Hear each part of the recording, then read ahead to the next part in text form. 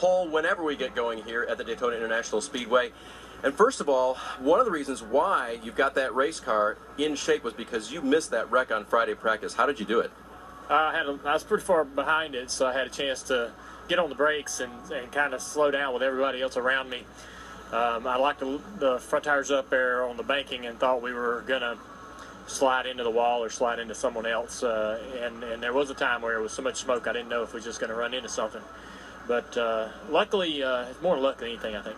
We got through that, and it's a shame those guys got tore up. I've done that before, you know, and we were testing here in the winter a couple years ago, and I wrecked just about everybody here. We were pack racing on the back straightaways, so it's just, you know, happens. It's a product of plate racing. You know, that's always around the corner and a possibility, but you got to get out there and get in the pack and see how your car's going to handle. Nevertheless, you are very good at this. You won most recently at Talladega. How did you become good at pack racing and plate racing, Junior? I don't, you know, I think I've had a lot of great race cars. The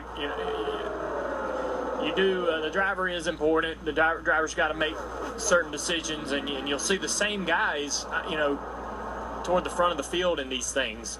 Kurt Busch, Jamie Murray, there's a lot of guys, Denny Hamlin, that are always seem to rise to the occasion at the Daytonas and Talladega. So you know that driver plays a role because you see the same guys toward the front and same guys sort of, you know, controlling these races. But it is a lot more race car than it is at any other racetrack. Race car is a bigger equation, and I've had some great ones.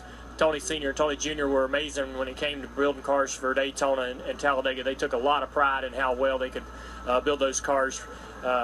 We had Richie Gilmore did a great job building an entire engine shop that was real efficient in building power for these places. So always had a great car when we came here.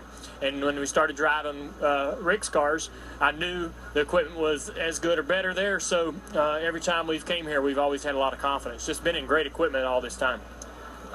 Thinking to another guy who helped you out, Steve Letarte, you had a little chance to spend time with him and us earlier this week. What was it like hanging with Steve again and running around New York City? It's a lot of fun. Anytime, I get kind of intimidated going to New York City, so anytime you got a buddy with you, it's going to be all right. So it's kind of fun hanging out with him and doing those interviews. It's also fun seeing him in that situation, seeing him in his new, this new chapter of his life.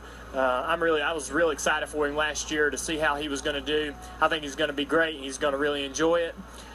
So for the first time in a long time, I'm going to be recording these races just to see what my buddy Steve's up to, and I hope he's hope he's excited to finally get this thing going. I know he's been sitting around practicing and getting ready for this moment.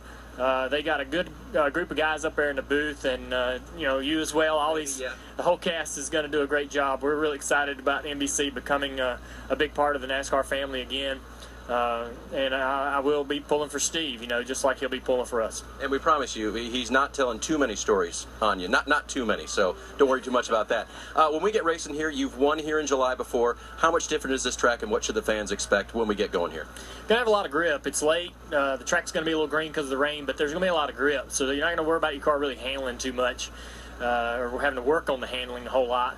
It's not going to drive as good in the back of the pack as it will in the front, but if you are in the back of the pack and your car's not driving good, probably just chalk that up to being in that dirty air. You're not going to really be able to work on it a whole lot and improve that. So try to get toward the front, stay toward the front in that clean air. Car's going to drive better up there in the top 3 to top 5. So we'll try to take as least amount of tires as we can on pit road. The tires are tough. They don't really wear out. So we'll probably be changing 2 tires on a lot of occasions in this race. And we got a great pit stall down there at the end of pit road, so that's going to help us out. Taking 2 tires, taking a short pit stop, doing a short pit stop, 1 can, 2 tires, and if you're early on pit road, Steve can probably explain this way better than I can, it gets a little dicey trying to get out of your box. You still got a lot of guys coming on the pit road, train of cars coming on the pit road, so getting out of your box, not knocking the fenders off of it, and getting in and out without running into the side of guys is a little difficult and real challenging for a driver. So we got a great box down there at the end of pit road. It's going to help us out all night long. Even if we don't get the race in tonight, we're running tomorrow during the day. I'm equally as excited because this track will be hot and slick and a lot of fun. Dale Earnhardt Jr. will lead him to the green. He's run the fastest practice lap of the weekend, over 202 miles an hour here at Daytona. Should be fun to watch.